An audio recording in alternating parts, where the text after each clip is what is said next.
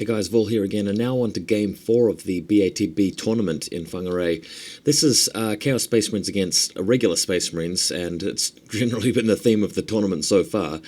And this time it's Jed's Fire Falcons army, and really the Fire Falcons are almost like a wannabe salamanders, really, because they've got Vulkan in the list. You know, everybody loves Vulkan. And of course, just as you can imagine, tons of melters and flamers. The mission, though, is a pitched battle using, well, sorry, it's not a pitched battle, it's a Dawn of War mission where you get to deploy up to 2 troops choices, either a troop and transport or 2 troops or whatever, and 1 HQ. Jed has decided to put this single rhino full of Marines in front of the house. Really love the orange and the turquoise backdrop as well. It's going to make for quite a bright battle report and very easy to see the miniatures, which is a big plus for me. Going to the next photo, you can see the rest of his army coming on turn 1. He's taken turn 1 here, and he's scouted forth both of his land speeders. He's brought the dreads and put the other rhinos and Land Raider Redeemer on the other side of the board. Now, looking at Jed's army, pretty tough stuff. I'm feeling pretty outclassed here, seeing a lot of the really beefy sort of crap. He's got Terminators with Thunderhammers, of course, and Librarian and the Land Raider. But my plan here was just to see if I couldn't sort of outmaneuver him a little bit. And, you know, he was quite a young player, so maybe a bit of prejudice for me, but I assumed that perhaps he was a little bit less experienced than some of the other guys that I might face. So hopefully looking carefully to see whether he would make a movement mistake, allowing me to take advantage. Going to the next photo, you can see the other side of the field. He's got another land speeder around here. Not quite sure what he was planning on doing with his land speeders, but I assume that that's there to just harass me and move forward and start to hit me with his multi-melters as soon as possible. Going to the next image, here's my army, and I've got a hill here, luckily. We had a little bit of argument about whether the hill constituted difficult to round or not, but after talking to the TO, we came to the agreement that the hill was basically just there to obstruct line of sight and, you know, create a hold-down situation for vehicles and wouldn't cause a penalty for me driving over it, a risk of immobilization, so to speak.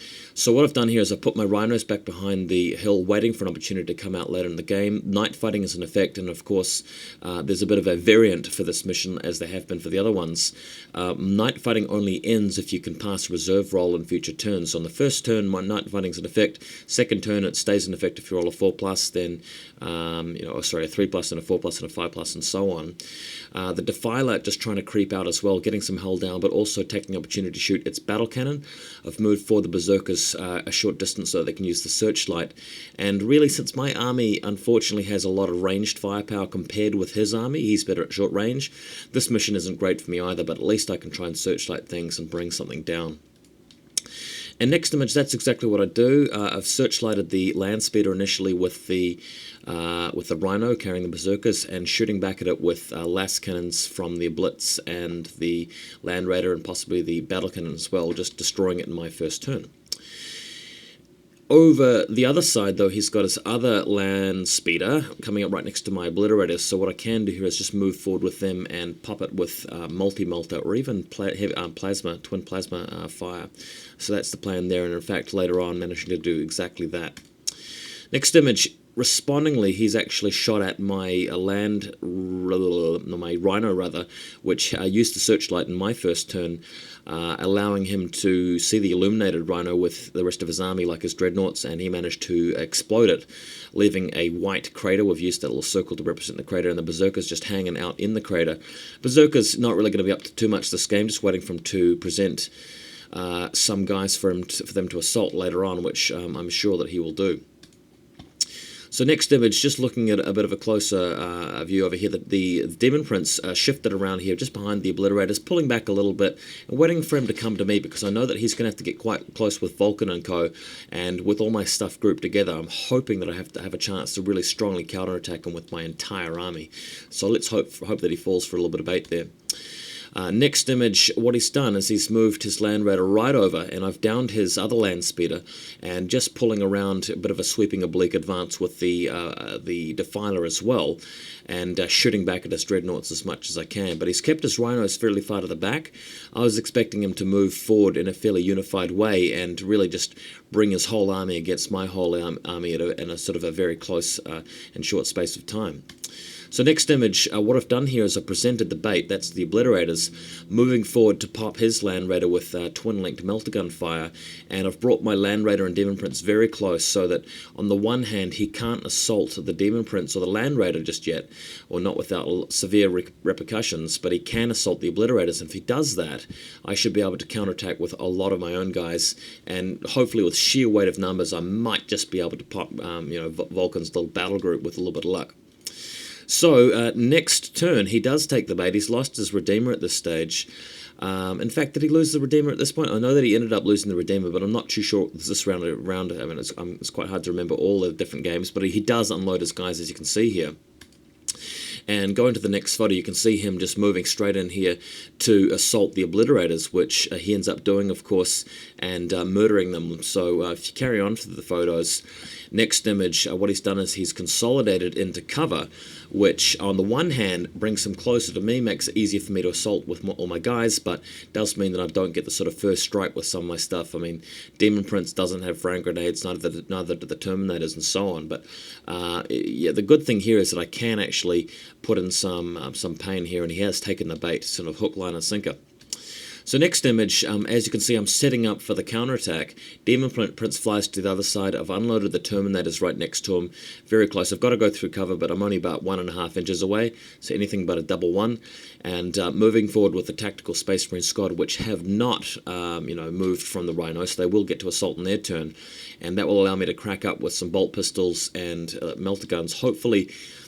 Even if I can kill 1 or 2 Terminators with Thunderhammers before the assault, that will make all the difference, because these guys are really pumped up at the moment. There's 2 HQs there, and they've got the power of Vulkan in amongst them.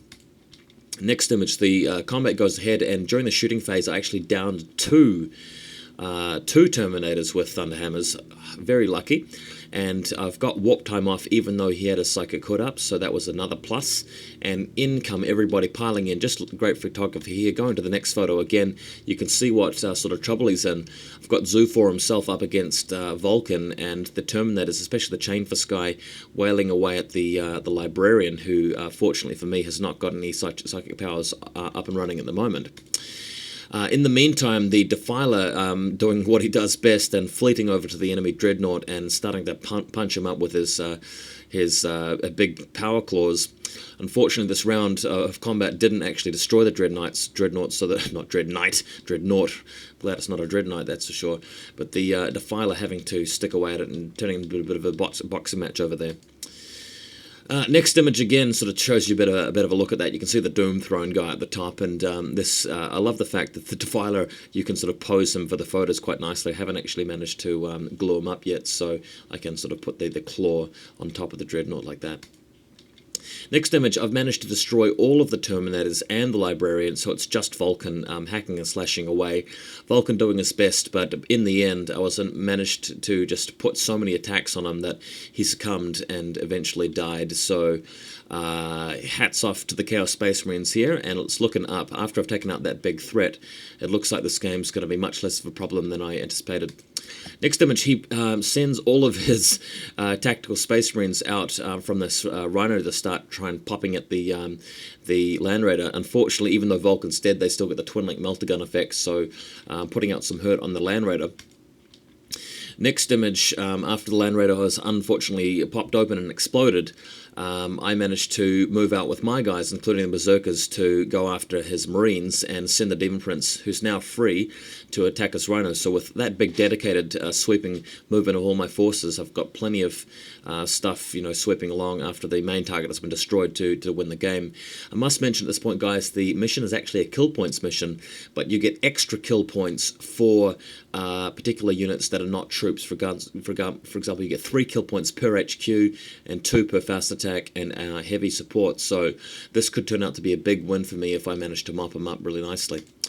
Next image, my guy's creeping in. I've only got one Chain Fist Terminator left from that big assault, as you can imagine. Thunderhammers and, Vulkan going off left and right, lost a lot of Terminators, but I still have one left, so that keeps my kill point alive. And Zufar, of course, with the 3 points, he's tying up, moving in. Of course, not wanting to shoot at the Marines just in case I force him to fall back, or at least he chooses to fall back. So Berserker's coming in as well, really angry at those Fire Marines, Fire Falcons, so to speak.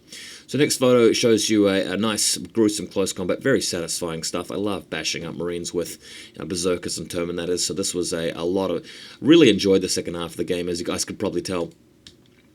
Next image, the Demon Prince pops open one of the rhinos, and 6 guys make it out, so they'll be shooting back at the Demon Prince before he has them for lunch.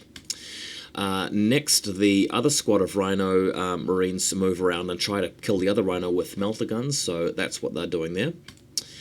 The Defiler has finally popped open the Dreadnought, so he's free to go and blast the other stuff around the field. And my other squad with a Tactical Space Marines and a Rhino is heading for his deployment zone, because I get a +1 victory point for getting a squad into his deployment at the end of the game. Next photo, he's got some falling back Marines over here running away from Zufar. So I believe these guys rally and start shooting back at me, I think ending up killing the Chain Fist Terminator. Not quite sure what happened there, but if you go to the next photo, Zufar on his own is enough to just pile straight into them with his 6 attacks, Lightning Claw rerolls, able to really put some severe hurt on them. And over here I've got another Chaos Space Marine squad fighting against his Rhino, not able to pop it, so in the next photo they all pile out of the Rhino and just start moving around to assault me. But being the badasses that Chaos Space Marines are, I was able to hold them off in the assault. And if you go to the next photo, Zufar's still tied up with some Marines. He's taking a while to churn into them.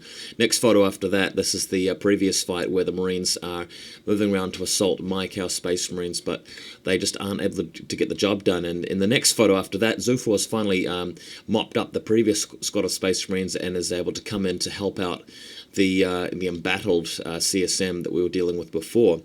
So then if you go to the final photo, that's all he's got left. He's got one squad of Marines, in fact 2 squads of Marines falling back at the end of the game.